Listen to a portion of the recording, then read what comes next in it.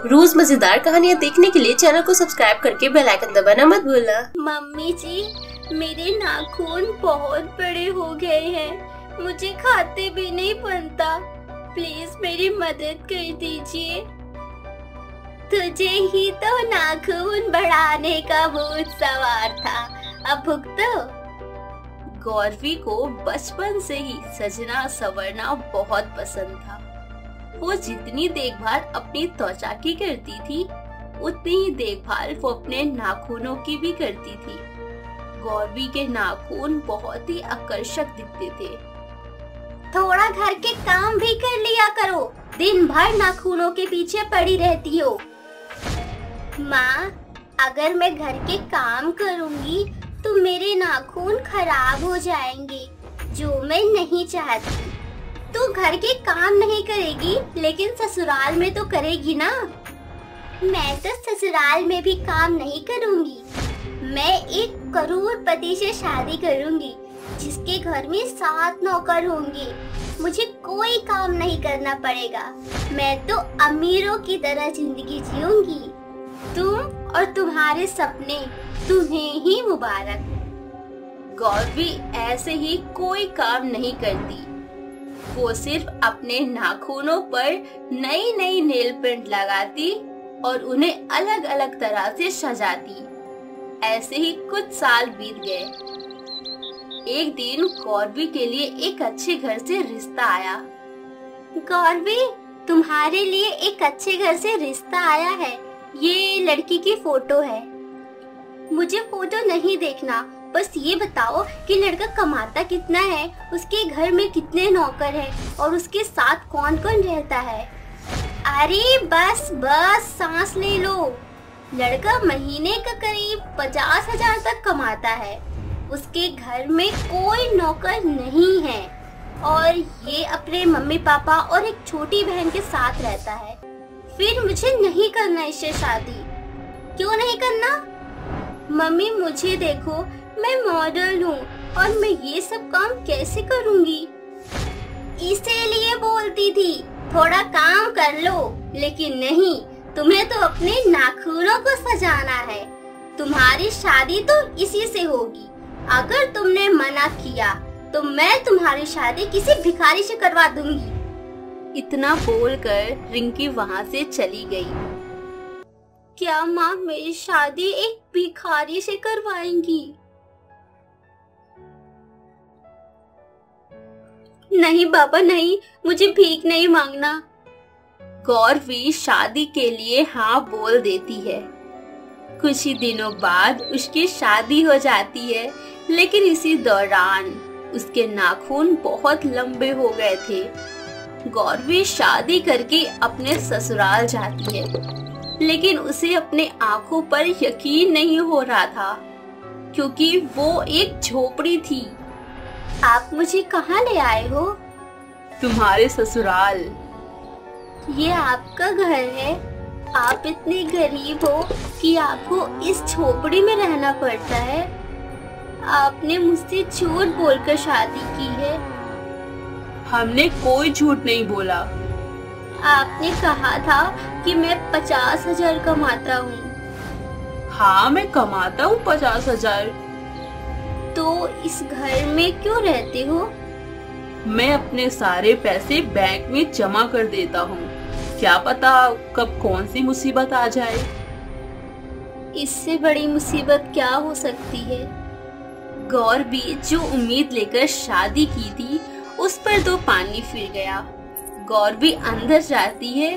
वो देखती है कि उस घर में कोई सुख सुविधा नहीं है, बस सर छुपाने के लिए एक छत है। उसे बहुत रोना आ रहा था, लेकिन सबके सामने वो अपने आंसू को कंट्रोल करती है। अगले दिन गौरवी की रसोई थी। उसे खाना बनाना था, लेकिन उसे खाना बनाना तो आता नहीं था। फिर भी वो जैसे तैसे खाना बनाना शुरू करती है, क्योंकि शादी से पहले उसकी मम्मी उसे थोड़ा खाना बनाना सिखा दी थी। अब तो उसके नाखून और भी लंबे हो गए थे। वो जैसी आटा मारना शुरू करती है, उसका एक नाखून टूटकर आटे में गिर जाता है। वो सबके लिए खाना बनाती है। खाना बनने के बाद गौरवी सबको खाना परोसना शुरू करती है। उसकी सास जैसे ही रोटी खाती है, हाय रे, पत्थर खिला डाला क्या।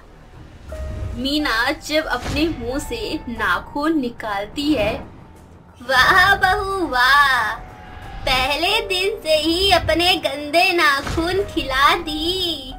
मुझे कल से तुम्हारे नाखून दिखने नहीं चाहिए। माँ जी, आपको क्या पता कितनी मेहनत लगती है इन्हें बढ़ाने में। मैं अपने नाखून नहीं काटूंगी। गौरवी के लाख बोलने पर भी मीना नहीं मानती और वो उसके सभी नाखून काट देती है। ये मुझे किस गलती की सजा मिल रही है? पहले मुसीबत कम थी क्या जो अब मेरे नाखून भी काट दिए? एक यही तो था जो हमेशा मेरे साथ रहता था। गौरवी को बहुत बुरा लगता है कि उसके नाखून काट दिए, इसीलिए वो मेडिकल स्टोर जाती है और अपने नाखून बढ़ाने की दवा ले आती है। वो दवा एक लिक्विड होता है जिसे नाखून में लगाया जाता है, लेकिन सिर्फ एक ही बूंद। उस रात गौरवी अपने नाखून में दवा लगा रही थी, तभी बाहर से उसके सांस के चलने की आवाज आती है और गलती से उसके हाथ में वो दवा गिर जाती है। वो इस बात को नजरअंदाज करती है और सोने चली जाती है, लेकिन रात में उसके नाखून बहुत लंबे हो जाते हैं। जब सुबह होती है, अरे ये क्या हुआ? मेरे नाखून, कोई मदद करो मेरी। गौरवी की आवाज सुनकर घर के सभी लोग वहां आ जाते हैं और सोया हुआ साहिल भी जग जाता है। ये तुम्हारे नाखूनों का क्या हुआ? माँ जी, वो मैंने नाखून बढ़ाने की दवा लगाई थी, लेकिन गलती से ज्यादा हो गई।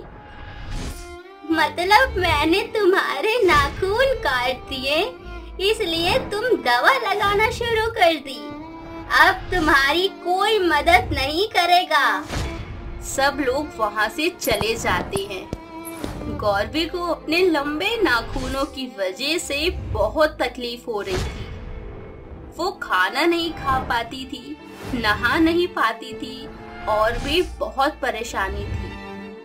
एक दिन वो थक हार कर अपनी सासू माँ के पास गई। मम्मी जी, मेरे नाखून बहुत बड़े हो गए हैं, मुझे खाते भी नहीं बनता, प्लीज मेरी मदद कर दीजिए। तुझे ही तो नाखून बढ़ाने का भूत सवार था, अब भुगतो। मम्मी जी, प्लीज मेरी मदद कर दीजिए, मुझे बहुत परेशानी हो रही है।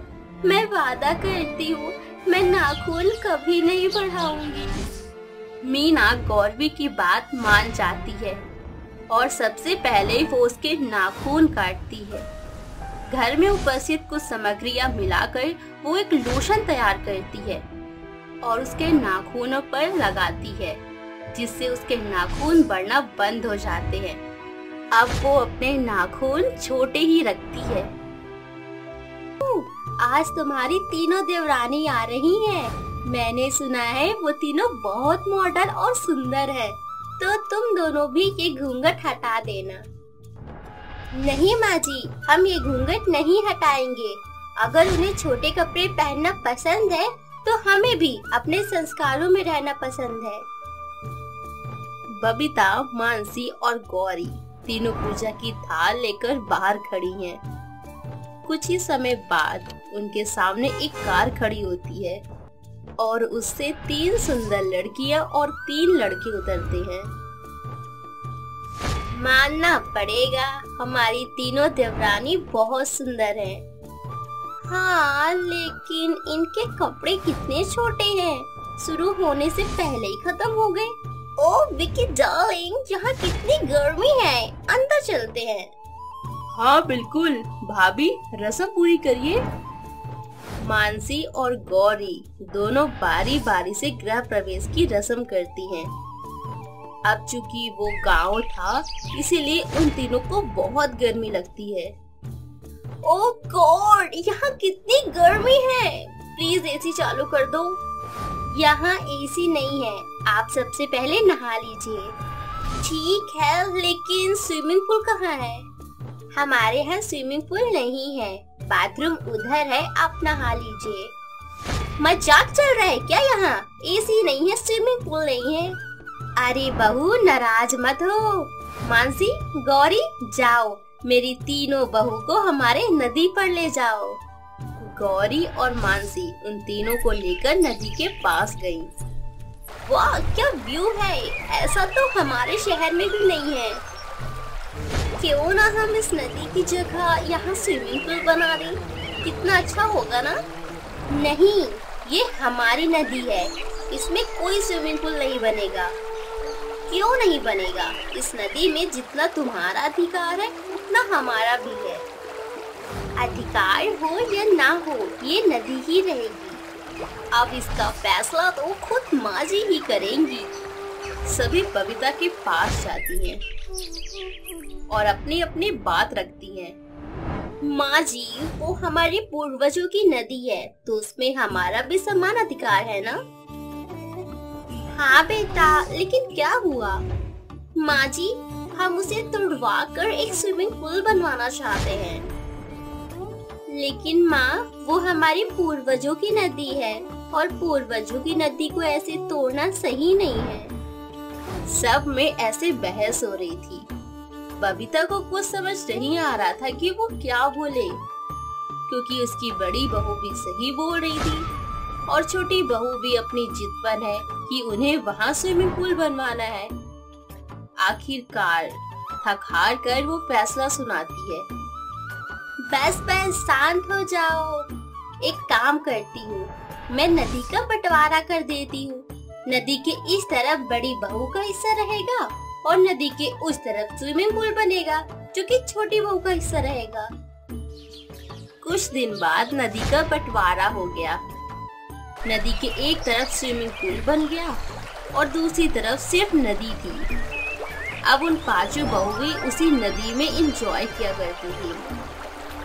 ऐसे ही कुछ दिन बीत गए। गर्मी काफी होने लगी, इसी वजह से आसपास के सभी तालाब का पानी सूख गया था।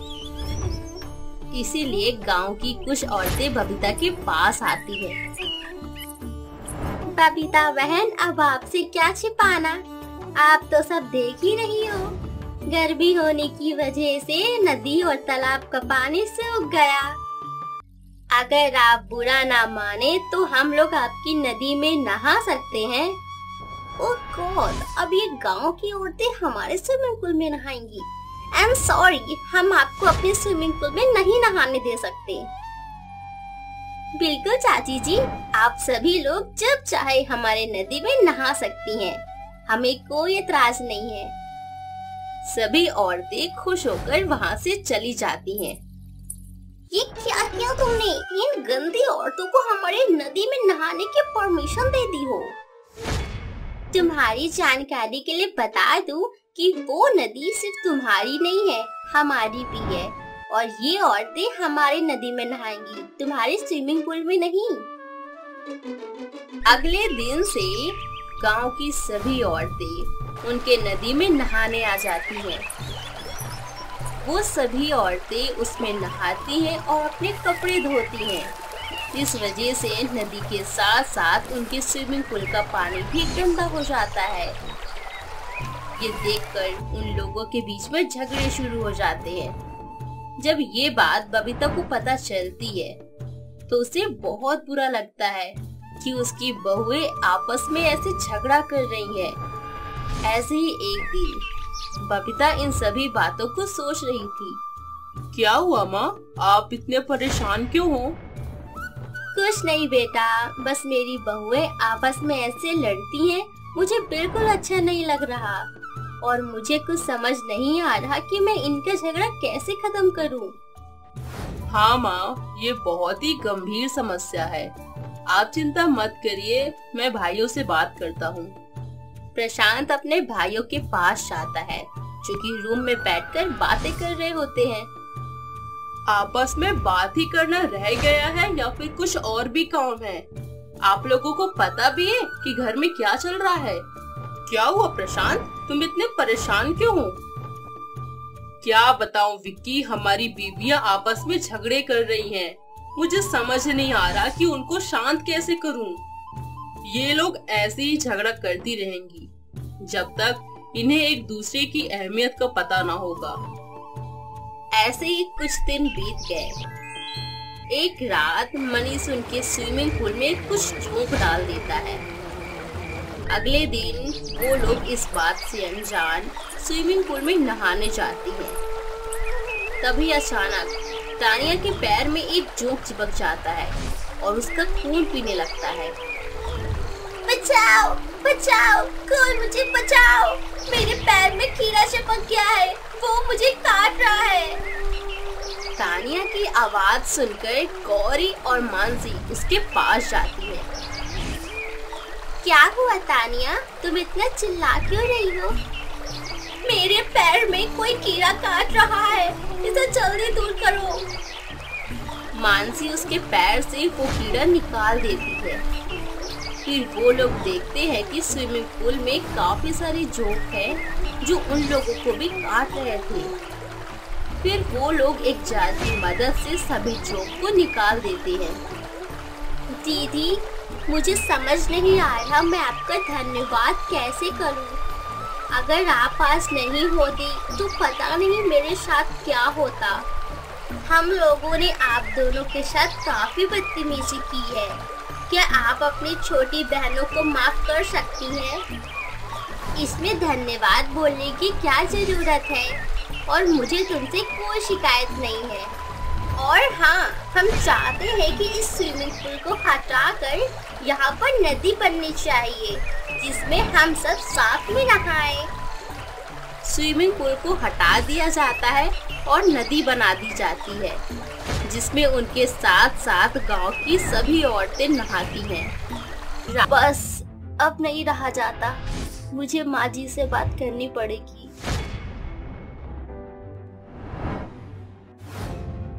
माँ जी, मुझे अंग्रेजों वाला शौचालय चाहिए। इतने बड़े पेट के साथ शौच करने में बहुत परेशानी होती है। ये लो, सुन लो इनकी बात। अब इन्हें अंग्रेजों वाला शौचालय चाहिए। हम तो सोचे रहे नई नवेली बहू घर आएगी, उसका ऐसे खुले में शौच करना सही नहीं, इसीलिए घर में ही शौचालय बनवा देते हैं। लेकिन अब इन्हें अंग्रेजों वाला चाहिए। माँ जी, आप मेरी हालत तो देख ही रहे हो। ऐसे में उठने बैठने में बहुत परेशानी आती है। बस तू ही तो अनोखी है जो गर्भवती हुई है। अरे, तुम दोनों की लड़ाई खत्म हो गई हो तो मुझे खाना दे दो। जाओ, इनको खाना देकर आओ। मेरे पेट में दर्द हो रहा है और मैं चली आराम करने। आप संभालो अपने पति को। रिंकी बड़ी ही उम्मीदों के साथ अपने बेटे मोनू की शादी साक्षी से करवाई थी, लेकिन साक्षी जो कि शहर की थी तो उसे गांव की हवा कहाँ सूट करे। वो आए दिन मोनू से झगड़ा करती थी कि तुम्हारे घर में ये नहीं है, वो नहीं है। बेचारा मोनू भी शांत रहता था। अब चूंकि वो गर्भवती थी तो उसे अंग्रेजों वाला शौचालय चाहिए था। एक दिन मोनू अपने पापा के पास गया। पापा, वो मुझे कुछ पैसे चाहिए थे। पैसे? वो क्यों बेटा? वो साक्षी पेट से है, इसलिए उसे शौच में परेशानी आती है। उसके लिए अंग्रेजों वाला शौचालय बनाना है। वो दोनों ऐसे बात कर ही रहे थे, उसी समय रिंकी वहां जाती है। ओहो, महारानी को अंग्रेजों वाला शौचालय चाहिए। माँ धीरे बोलो, साक्षी सुन लेगी। तो सुनने दो ना, वैसे भी शादी करके कौन सा तीर मार ली है। साक्षी ये सब दूर खड़ी सुन रही थी। अच्छा, मेरे पीठ पीछे ये बातें होती हैं। अब इन्हें बताती हूँ। साक्षी घर की कुर्सी को बीच से काटने लगती है। शोर सुनकर घर के सभी लोग वहां जाते हैं। साक्षी, तुम ये क्या कर रही हो? मैं कुर्सी शौचालय बना रही हूँ। कुर्सी शौचालय? देखो साक्षी, अभी तुम्हें आराम करने की जरूरत है, इस हालत में तुम्हें ये सब करना सही नहीं है। तो और क्या करूं? मेरा 7वां महीना चल रहा है। अगर शौच करने बैठ जाओ तो उठने में बहुत परेशानी होती है। मैं जब से बोल रही हूँ मेरे लिए अंग्रेजों वाला शौचालय ले आओ, कोई मेरी सुनता ही कहाँ है। साक्षी उस कुर्सी को टॉयलेट में ले जाकर रख देती है। ऐसे ही कुछ दिन बीत गए। एक दिन रिंकी के घर में उसके कुछ रिश्तेदार आए। साक्षी जो कि गर्भवती थी, इसीलिए वो कुछ भी काम नहीं कर रही थी। आंटी, मुझे वॉशरूम जाना है। बेटा, वो सामने वॉशरूम है। वो बच्चा वॉशरूम जाता है। वहाँ उसे कुर्सी वाला शौचालय दिखा, जिसे देखकर वो बच्चा हंसते हुए बाहर आया। क्या हुआ बेटा, तुम इतना हंस क्यों रहे हो? माँ, आंटी का टॉयलेट कितना फनी है। ऐसा क्या देख लिए हो? चिंकी जब वॉशरूम में जाती है तो उसे शौचालय के ऊपर कुर्सी दिखती है। अरे दीदी, ये क्या? आपने शौचालय के ऊपर कुर्सी रखी है? इतना शौक है तो अंग्रेजों वाला शौचालय खरीद लेते। चिंकी की ये बात सुनकर सब हंसने लगते हैं। कुछ घंटे बाद सभी रिश्तेदार चले गए, लेकिन अब रिंकी का गुस्सा फूटने वाला था। साक्षी, साक्षी, तुमने हमें हमारे रिश्तेदारों के सामने मुंह दिखाने लायक नहीं छोड़ा। मैंने ऐसा क्या कर दिया है? तुम्हारा ये जो कुर्सी शौचालय है, इस वजह से हमारे रिश्तेदारों ने हमारा कितना मजाक बनाया, लेकिन तुम्हें इससे क्या फर्क पड़ता है? तुम्हें तो वही करना है ना जो तुम चाहती हो। माँ जी, मैंने आपको कितनी बार कहा है कि अंग्रेजों वाला शौचालय खरीद दीजिए, लेकिन आपने मेरी एक नहीं सुनी। अब मेरा 7वां महीना चल रहा है, मुझे उठने बैठने में परेशानी होती है, तो कुछ ना कुछ तो करूँगी ना। हाँ, सिर्फ तू ही तो एक अनोखी है जो गर्भवती हुई है। हमारे जमाने में कोई शौचालय नहीं हुआ करते थे। हम लोग लोटा लेकर खेत में जाते थे, ऊपर से खेतों का इतना सारा काम, और तुम्हें तो घर का ही काम बोझ लगता है। उसने शौचालय वाली कुर्सी बाहर निकालकर फेंक दी। शोर सुनकर रवि वहाँ आ जाता है। तुम दोनों की फिर से चिक चिक चालू हो गई। बहू, ये लो पैसे, और मोनू से कह देना कि वो अंग्रेजों वाला शौचालय बनवा दे। अब इस घर में मैं और कलेश नहीं चाहता। पैसे क्या पेड़ में उगते हैं जो दे रहे हो? इसकी डिलीवरी को सिर्फ 3 ही महीने बचे हैं। जैसे अभी तक एडजस्ट करते आ रही है, 3 महीने और कर लेगी।